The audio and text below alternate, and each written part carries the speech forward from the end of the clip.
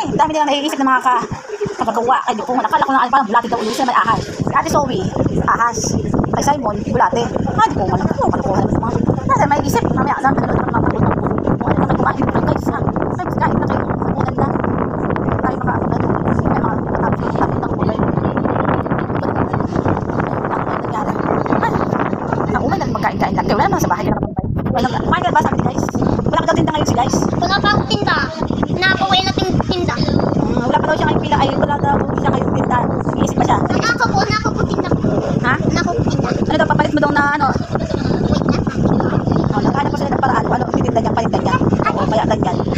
Oo. Kaya yan. Anong magkano daw yung mga bibili mong... 89, 85, 82, 80 nung. Oo, ayun daw mga price. Oo. Saan mo daw yung bibilihin? Malayo ba yan?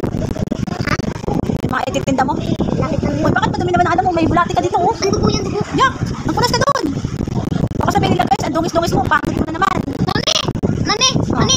Tita Pela, ilaluhog na tato. Ano ila Pela? Mera? Ulog na Pela. Uy, sabi nga pala ni guys, ilan taon ka na daw ba? Ay, Kailan daw ang pasok mo? 9. Ha? Pakita mo naman sa kanila kung paano mag-ganon. 9. Ha? Kung paano ka mag-ganon. Ito.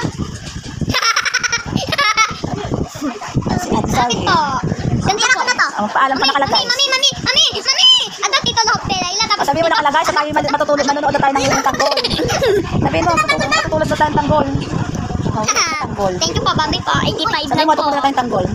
Sabihin mo, paalam ka na. Babay po. Sabihin mo, manonood ng... Babay po, load kami ng tanggol. Babay na kami, kaya manonood kami ng tanggol. Tanggol. Ito si tanggol na duwende.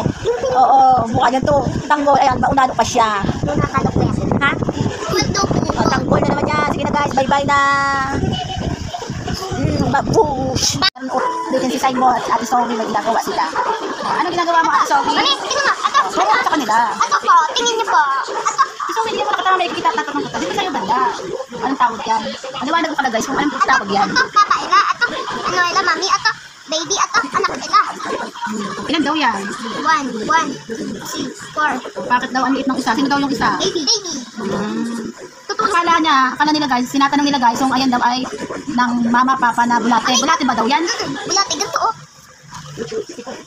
Bulate pala siya. Marami pala siya ng ang mga inulit pala ni Zoe, ginawa ni Simon ay puro mga bulate. Ako din po. Kaya pala bulate ang ginagawa ni Zoe.